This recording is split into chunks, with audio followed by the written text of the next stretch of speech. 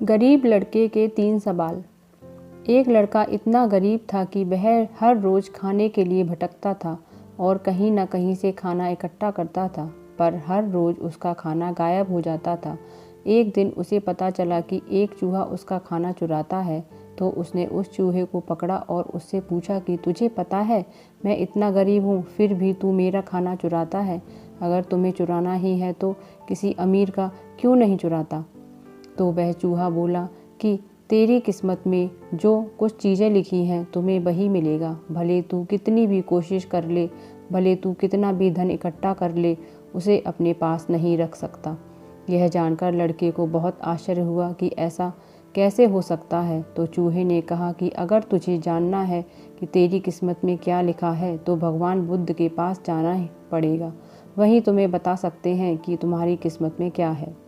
इसीलिए वह लड़का भगवान बुद्ध से मिलने के लिए निकल पड़ा। चलते चलते बहुत रात हो गई थी, इसीलिए रास्ते में उसे एक हवेली दिखी। उसने उस घर वालों से एक रात रहने के लिए इजाज़त मांगी। उसे इजाज़त मिल भी गई। हवेली वालों ने लड़के से पूछा कि वो इतनी रात को कहाँ जा रहा है। तो उसने कहा कि मैं बुद्ध के पास जा रहा हूँ, अपनी किस्मत के बारे में पूछने के लिए। तो हवेली वालों ने कहा कि क्या तुम भगवान बुद्ध से हमारा भी एक सवाल पूछोगे? हमारी एक 21 साल की लड़की है जो बोल नहीं सकती है, तो हम क्या करें इससे जिससे इसकी आवाज़ वापस आ जाए। उस लड़के ने कहा ज़रूर पूछूंगा आपका यह सवाल, और उसने उनको धन्यवाद कहा और सुबह वहाँ से निकल पड़ा।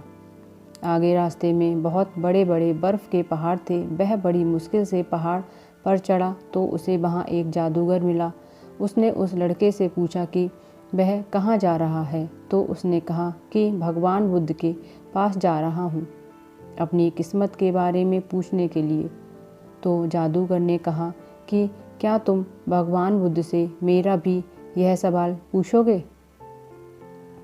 मैं हजारों सालों से तपस्या कर रहा हूँ ताकि मैं स्वर्ग जा सकूँ, और मेरे हिसाब से अब तक तो मुझे स्वर्ग में चले जाना चाहिए था, तो मैं स्वर्ग में जाने के लिए क्या करूँ? लड़के ने कहा कि ठीक है, मैं आपका सवाल बुद्ध से ज़रूर पूछूंगा। उस जादूगर के पास एक छड़ी थी। वह उस छड़ी की मदद से उस लड़के को बर्फ़ के पहाड़ के उस पार पहुंचा दिया। जब वह आगे बढ़ा तो उसके सामने बहुत बड़ी चुनौती थी। वहाँ बहुत बड़ी नदी थी जो वह खुद नहीं पार कर सकता था। तभी उसकी मुलाकात विशालकाय कछुए से हुई। कछुआ उसे लेकर जाने के लिए तैयार हो गया। फिर कछुए ने भी उससे वही सवाल पूछा, तुम कहाँ जा रहे हो? तो उसने बताया। तो कछुए ने भी एक सवाल पूछने के लिए कहा, मैं 400 सालों से ड्रैगन बनने की कोशिश कर रहा हूँ, पर अभी तक नहीं बन पाया, तो मैं ऐसा क्या करूँ जिससे मैं ड्रैगन बन जाऊँ? लड़के ने कहा, मैं आपका सवाल ज़रूर पूछूंगा। कछुए ने लड़के को अपनी पीठ पर बिठाकर नदी के उस पार पहुँचाया। आखिरकार लड़का भगवान बुद्ध के पास पहुँच गया। वहाँ बहुत सारे लोग थे। बुद्ध ने कहा, एक व्यक्ति के केवल 3 सवालों के जवाब दूंगा। लड़का परेशान हो गया क्योंकि उसे तो 4 सवाल पूछने थे। वह सोचने लगा कि उसे कौन से 3 सवाल पूछने चाहिए। उसने कछुए के बारे में सोचा कि कछुआ 400 सालों से ड्रैगन बनने की कोशिश कर रहा है। जादूगर कई सालों से स्वर्ग जाने के लिए तपस्या कर रहा है, और वह लड़की बिना बोले कैसे पूरी ज़िंदगी निकाल सकती है। फिर खुद के बारे में सोचा कि मैं तो सिर्फ गरीब हूँ, मैं तो मांग कर भी अपनी ज़िंदगी गुजार सकता हूँ, पर कछुआ, जादूगर और लड़की की परेशानी तो मेरी परेशानियों से भी बहुत बड़ी है। तो लड़के ने उनके 3 सवाल भगवान बुद्ध से पूछे। बुद्ध ने जवाब दिया कि कछुआ 400 सालों से ड्रैगन बनने की कोशिश कर रहा है, पर अपने कवच को छोड़ने के लिए तैयार नहीं है। जब तक वह कवच को नहीं छोड़ेगा तब तक वह ड्रैगन नहीं बन पाएगा। वहीं जादूगर जब तक अपनी छड़ी नहीं छोड़ेगा तब तक वह स्वर्ग नहीं जा पाएगा, और जब तक लड़की को उसका जीवन साथी नहीं मिल जाएगा तब तक वह बोल नहीं पाएगी। यह सब सुनकर लड़का वापस कछुए के पास आया और उसे सब कुछ बताया। तो कछुए ने अपना कवच निकाल दिया। वह जैसे ही कवच निकाला उसमें से कीमती मोती निकले। वह मोती कछुए ने लड़के को दे दिए और वह ड्रैगन बन गया।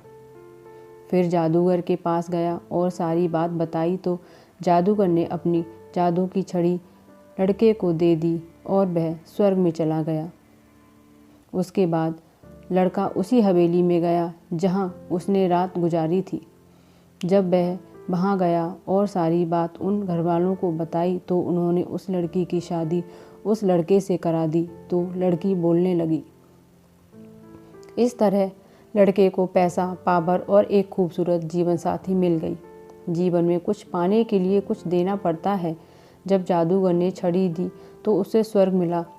वैसे ही जीवन में कुछ बड़ा करने के लिए अपने सुविधा क्षेत्र से बाहर निकलना होता है। पानी का जहाज सबसे ज़्यादा किनारे पर ही होता है, पर जहाज किनारे के लिए नहीं बना है, वह बीच समुद्र में लहरों को चीरते हुए आगे बढ़ने के लिए बना है।